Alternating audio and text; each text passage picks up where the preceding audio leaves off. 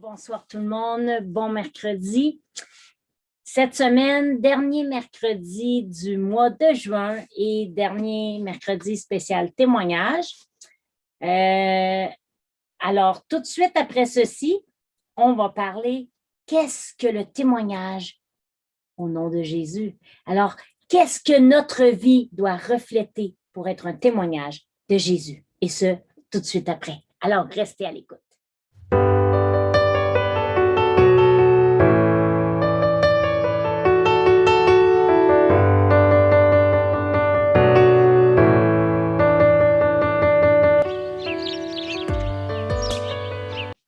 Donc, l'invité que je voulais avoir cette semaine n'a pas pu être là dû à des circonstances. C'est mon ami Martin, le couple pour qui je vous avais demandé de prier dernièrement, mon amie Mélanie qui a passé au travers un ACV. Elle a dû avoir une opération cette semaine qui, gloire à Dieu, s'est bien résolue.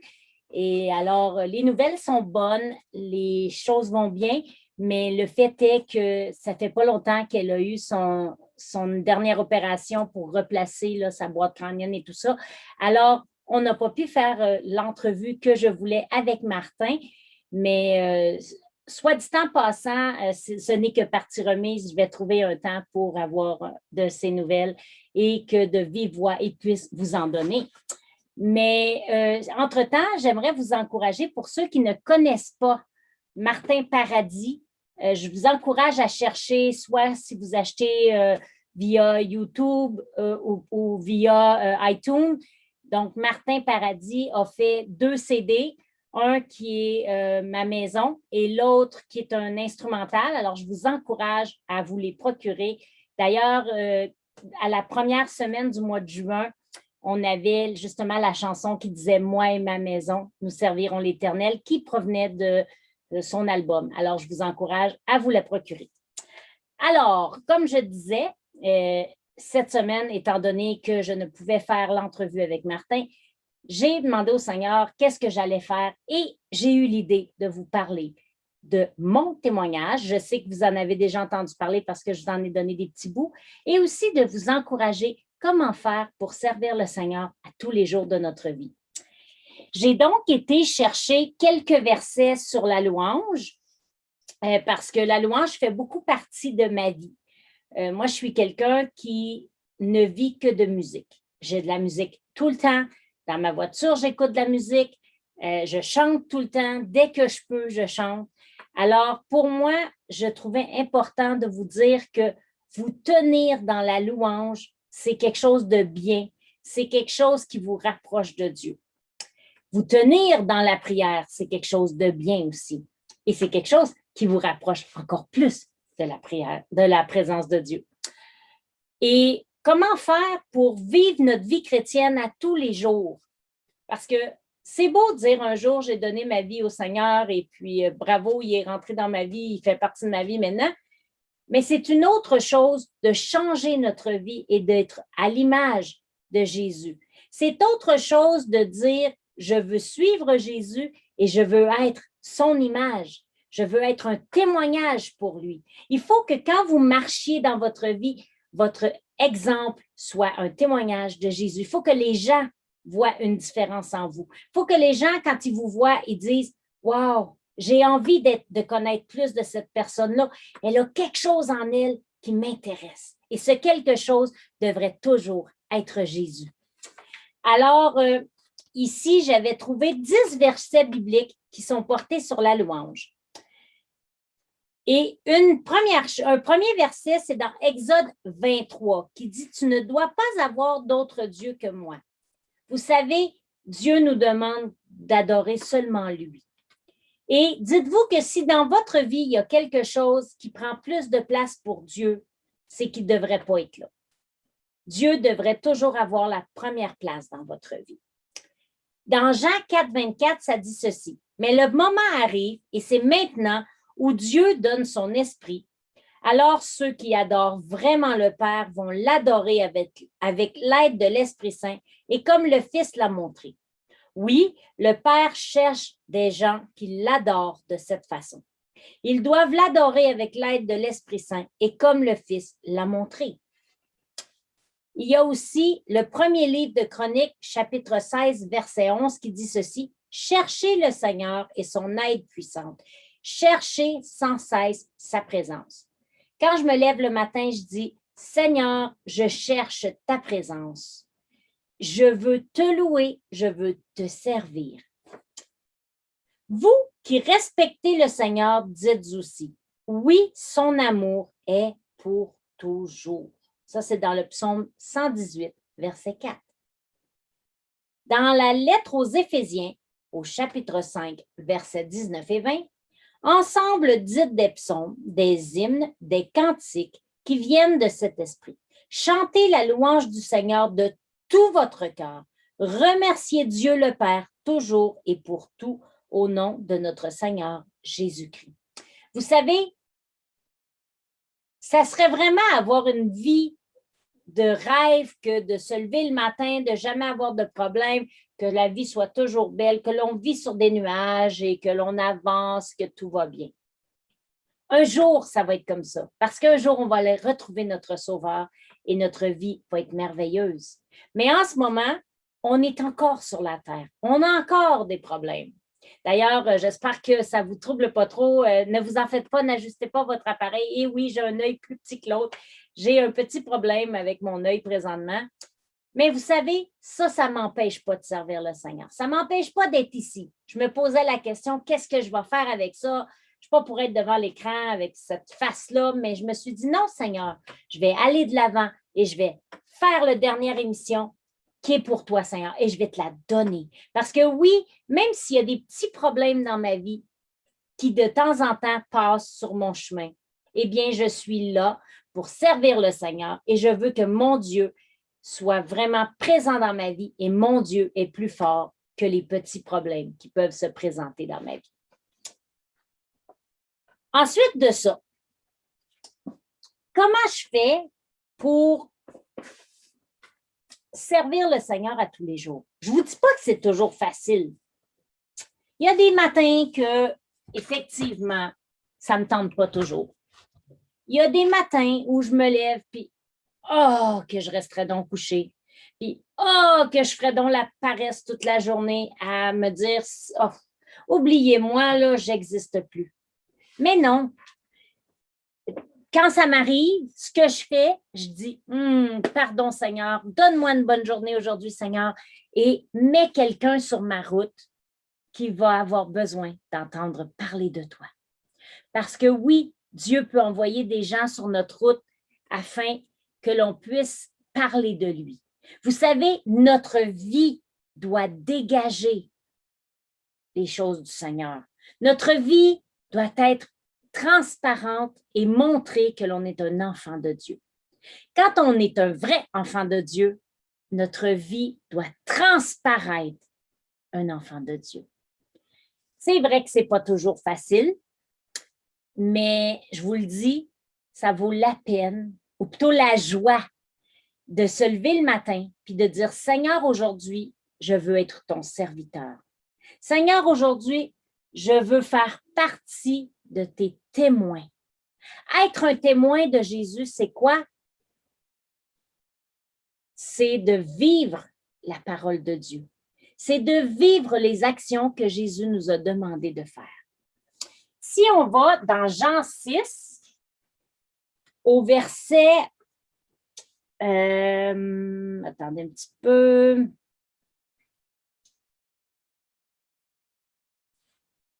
au verset 66, ça dit, à partir de ce moment-là, beaucoup de ses disciples l'abandonnèrent et cessèrent de l'accompagner. Alors, Jésus se tournant vers les 12 leur demanda, « Et vous, ne voulez-vous pas aussi partir? » Mais Simon-Pierre lui répondit, « Seigneur, vers qui irions-nous? Tu as les paroles de la vie éternelle. Nous avons mis toute notre confiance en toi et nous savons que tu es le Saint envoyé de Dieu. » C'est quoi être un témoin de Jésus? C'est quelqu'un qui témoigne de ce qui est arrivé. S'il arrive un accident sur la route et que vous vous trouvez au même endroit que l'accident et que la police fait son enquête. La police va chercher des gens autour de l'accident qui étaient là pour témoigner de ce qui est arrivé de l'accident. Donc, si vous êtes sur l'accident, il se pourrait que la police vienne à vous et vous dise, pourriez-vous nous raconter ce que vous avez vu, n'est-ce pas? Eh bien, les disciples, c'est ce qu'ils ont fait. Les disciples ont vu Jésus et ils ont raconté ce que Jésus faisait et ils ont raconté, et c'est pour ça qu'on a la parole de Dieu. Nous, aujourd'hui, on peut raconter ce qui est arrivé à Jésus et on peut raconter ce qu'il fait dans nos vies parce qu'on a la parole de Dieu et parce qu'il agit dans nos vies. Si je prends le témoignage de quand j'étais plus jeune, à un moment donné, dans notre vie, Dieu a fait plusieurs choses dans la vie de notre famille, mais si je me souviens d'un que je crois que je vous ai déjà raconté d'ailleurs, mais pour ceux qui ne l'auraient pas entendu, je vais le redire, une fois où on avait pris la décision en famille que malgré le fait qu'on n'avait pas beaucoup de sous, on allait payer les choses qu'on avait à payer et que le Seigneur pourvoirait pour la nourriture. Pensez-vous que le Seigneur nous a abandonnés? Non, parce que le Seigneur a vu notre fidélité et a vu la foi qu'on avait en lui. Alors, on a fait ce qu'on avait sur notre cœur et le Seigneur est venu et a pourvu pour de la nourriture. Eh bien, moi, aujourd'hui, je peux dire, un jour, Dieu a pourvu pour de la nourriture dans ma maison parce que je l'ai vécu. J'ai été témoin de cet événement-là. Eh bien, c'est la même chose. Quand on lit la parole de Dieu, on peut être des témoins de ce que l'on lit, de ce que l'on vit. Et c'est ça, être un témoin de Jésus. C'est ça, témoigner de son amour. C'est témoigner ce que Jésus fait dans notre vie. Mais pour que Jésus fasse des choses dans notre vie, il faut lui consacrer notre vie, n'est-ce pas? Parce que si je dis, moi j'aime Jésus, mais que d'un autre côté, je fais tout le contraire de ce que Jésus me demande de faire, je ne suis plus un témoin de Jésus parce que je ne fais pas ce qu'il me demande. Alors, si on veut être des témoins du Seigneur, eh bien, consacrons-lui notre vie. À partir d'aujourd'hui, je vous encourage. Lisez la parole de Dieu, appliquez-la dans votre vie et demandez au Seigneur. Il va vous aider parce que non, il ne vous abandonnera pas. Il va marcher avec vous, à vos côtés. Hein, il y a un chant que je chantais quand j'étais plus jeune et que je chante encore des fois. Il marche avec moi, mon sauveur, mon roi. Il me dit que je suis à lui. Il est tout pour moi, il est grand, mon roi, mon salut, mon divin Messie. Bon, OK, j'ai changé un peu les paroles parce que je ne m'en souvenais pas toutes, mais c'est un peu ça. Il marche avec moi. Il ne me laisse pas de côté. Il marche à mes côtés. Eh bien, je vous encourage pour l'été qui arrive parce que oui, ce soir, ce matin ou quand vous l'écoutez, moi, j'enregistre le soir, donc c'est pour ça que j'ai tendance à dire ce soir, mais donc, à partir d'aujourd'hui, c'est le dernier vidéo pour l'été, pour les 2 prochains mois. Ça ne veut pas dire que je ne partagerai rien si je vois quelque chose passer, un chant que j'aime ou un partage, ou si j'ai quelque chose sur mon cœur durant l'été. C'est pour ça que c'est important de vous abonner et de mettre la petite notification afin que vous puissiez recevoir si jamais je mets quelque chose cet été. Mais en gros, les vlogs s'arrêtent aujourd'hui et ils vont reprendre en septembre. Alors, ce que je voulais vous encourager aujourd'hui, c'est d'être des témoins de lui cet été. Soyez fidèles, soyez témoins. Et si vous vivez des choses, prenez-en note. Puis je vous encourage à m'écrire puis à dire « Wow, j'ai vécu quelque chose aujourd'hui avec le Seigneur » et ça va me faire plaisir de vous lire. Puis si vous voulez que je le partage dans un vlog futur, gênez-vous pas, dites-le moi, puis ça va me faire plaisir de le partager. Aujourd'hui, le chant que j'avais sur mon cœur, c'était celui-ci. Ébloui. Parce que oui, je suis éblouie quand je sers le Seigneur, quand je l'adore et quand je lève mes bras vers lui et quand je chante vers lui. Je suis éblouie. par son amour, ébloui par ce qu'il a fait pour moi. Alors, soyons éblouis ensemble, allons chanter et on revient tout de suite après.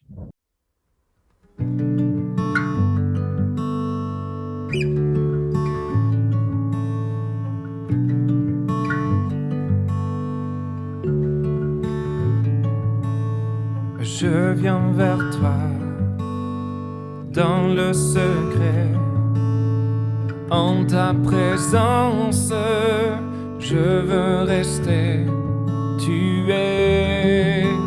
Tu seras toujours là.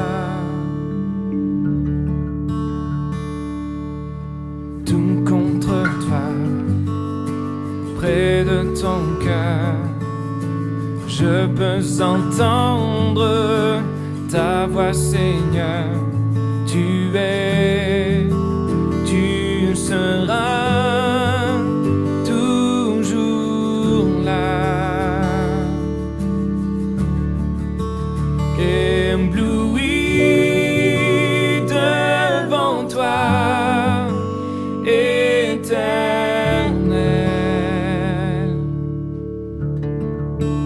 ébahi par l'amour de ton ciel.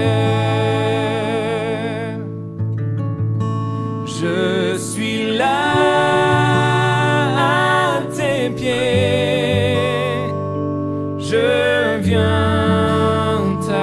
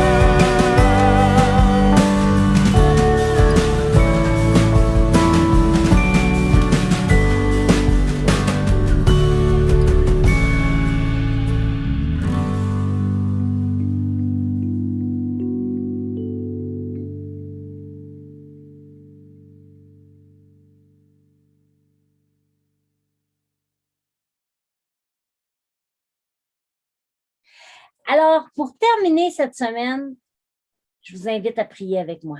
Seigneur Jésus, merci pour ce que tu fais pour nous. Merci pour le geste que tu as fait à la croix. Merci que tu es venu parce que tu nous aimais tellement, que tu voulais que l'on soit avec toi pour l'éternité.